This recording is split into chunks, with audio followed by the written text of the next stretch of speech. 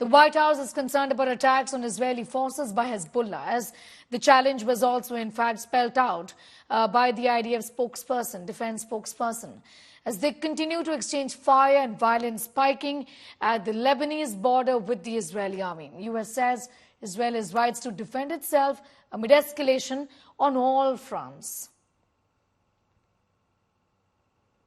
As we've said from the start, Israel has not only the right but the obligation to defend itself and also to take steps to try to make sure that this never happens again. We've also said very clearly and repeatedly that how Israel does this matters.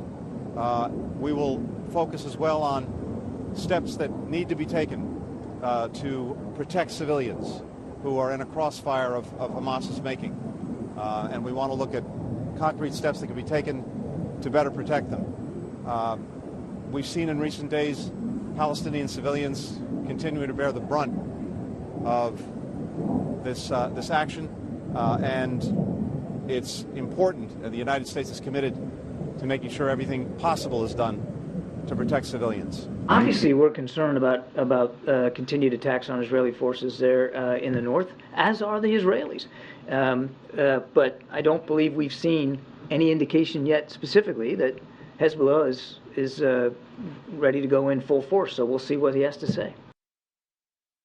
Meanwhile, India's External Affairs Minister S. Jaishankar has condemned the Hamas attack on Israel. Referring to the escalation of the Israel-Hamas war, he said that while terrorism is unacceptable, there also needs to be a solution for the issue of Palestine.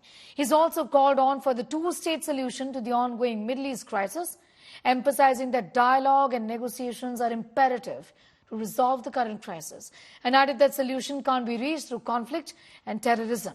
External Affairs Minister S. Jaishankar's remark came after the 7th of October attack, in which over 2,000 Hamas terrorists breached the Israeli border from the Gaza Strip and carried out a horrific terror attack, killing more than 1,400 people and taking over 200 people as hostages.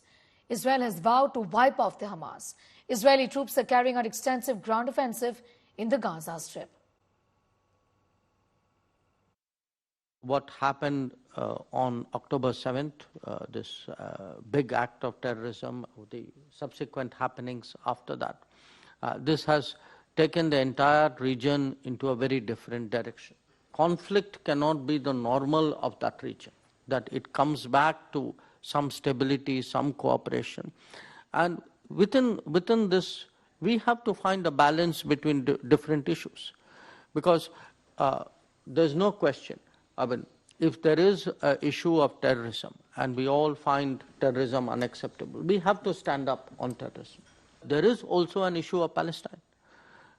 There has to be a solution to what is, the problems which face the Palestinian people. And our view is that it has to be a two-state solution. If you have to find a solution, you have to find a solution through dialogue and negotiations. You cannot find a solution through conflict and terrorism. So we would support that as well.